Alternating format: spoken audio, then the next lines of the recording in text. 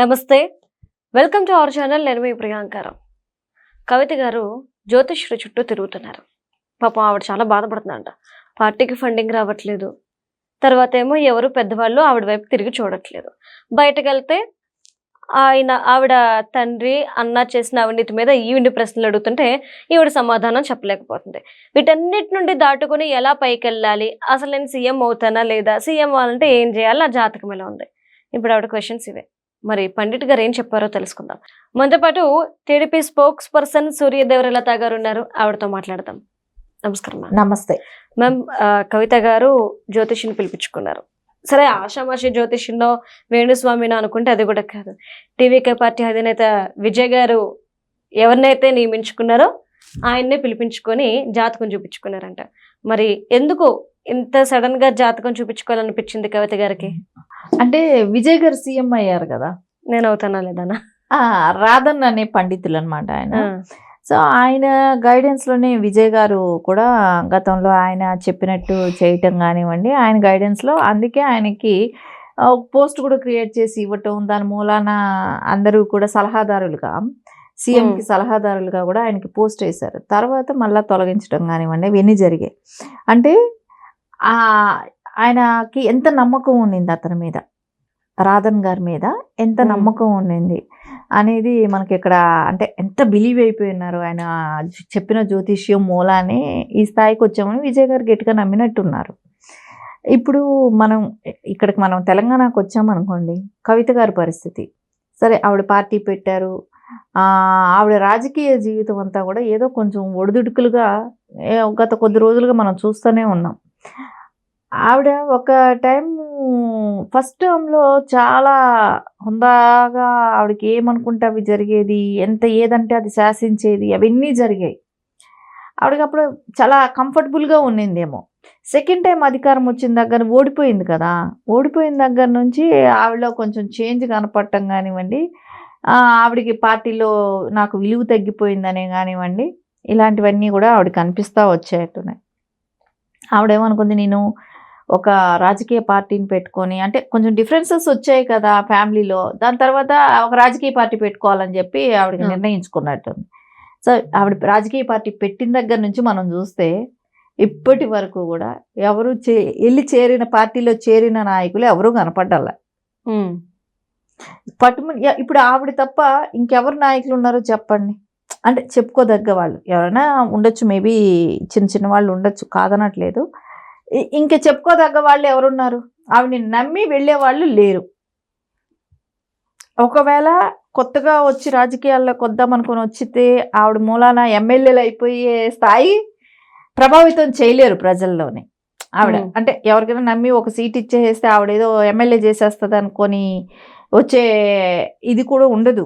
ఎందుకంటే ఎవరైనా కొత్తగా ఎక్కడ ఏ ప్లాట్ఫామ్ లేకుండా ఉంటే అప్పుడు ఏమైనా వచ్చిన వాళ్ళు ఉండొచ్చు, మేబీ అవి వస్తారేమో, అది కూడా చిన్న చిన్న వాళ్ళేనా వాళ్ళు.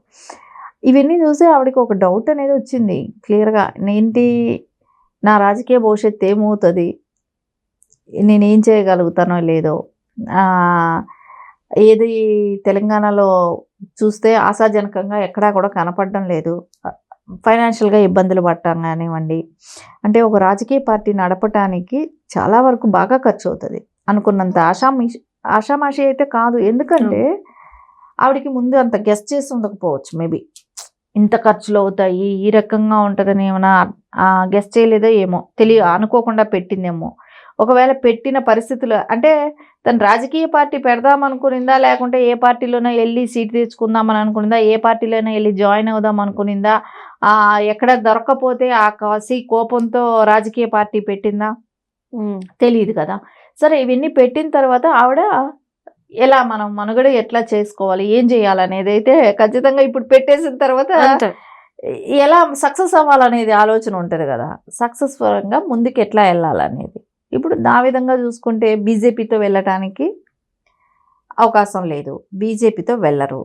సో కాంగ్రెస్ అనేది మేబీ వాళ్ళు చేర్చుకొని ఉంటే ఈ పాటికే జాయిన్ అయి ఉంటుంది.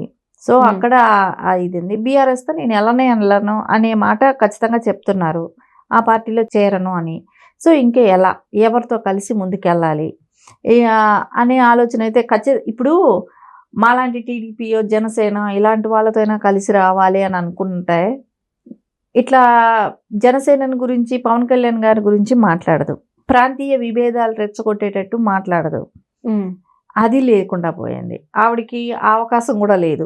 ఒకవేళ పార్టీలో రేపు ఎలక్షన్లోకి వెళ్ళటానికి పొత్తులకైనా వెళ్దాం, వాళ్ళతో కలిసి వెళ్దాం అని అనుకోవటానికి ఆ ఇది కూడా లేదు. ఇంకా ఎట్లా ఆవిడ పార్టీని ఎలా మనుగడ ఉంటుంది అనేది అయితే భయం పుట్టుకుంది. సో ఈ రోజున ఆయన ఏమైనా రెమెడీలు చెప్తారేమో, రాధన్ గారు రెమెడీలు చెప్తారేమో, ఏమైనా పూజలు చేయిస్తారేమో, దాని మూలాన నేను ఏమైనా అధికారానికి వస్తానేమో, నేను ఇప్పుడు విజయ్ గారిని సీఎం చేసినట్టు నన్ను సీఎం చేయడానికి రాధన్ గారు సపోర్ట్ చేస్తారేమో అనే ఒక ఆలోచన. అంటే విజయ్ గారికిను ఈవిడికి చాలా తేడా ఉంది. ఓకే, అలా అందరినీ ఎవరిని పడితే వాళ్ళని సీఎం చేసేసేయాలనుకుంటే ప్రతి ఒక్కళ్ళు ఒక జ్యోతిష్యునికి కోట్లు పెడతారు.